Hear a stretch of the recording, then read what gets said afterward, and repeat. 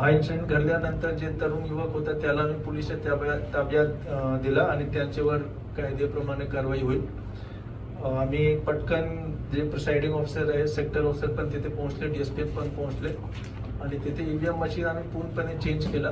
Control unit आणि VVPAT intact होता. BU फक्त कटशट झाला होता, तो पण इंटॅक्ट होता. तरी सुद्धा कोणाला संशय नाही झाला पाहिजे, त्यामुळे आम्ही एक नवीन EVM सेट पूर्ण आणला आणि त्यावर मॉक पोल घेऊन पुन्हा मतदानची प्रक्रिया सुरू झाली आणि तिथे पण आता शांततेने ते पूर्ण प्रक्रिया संपली आहे आणि वोटिंग झालेलं आहे.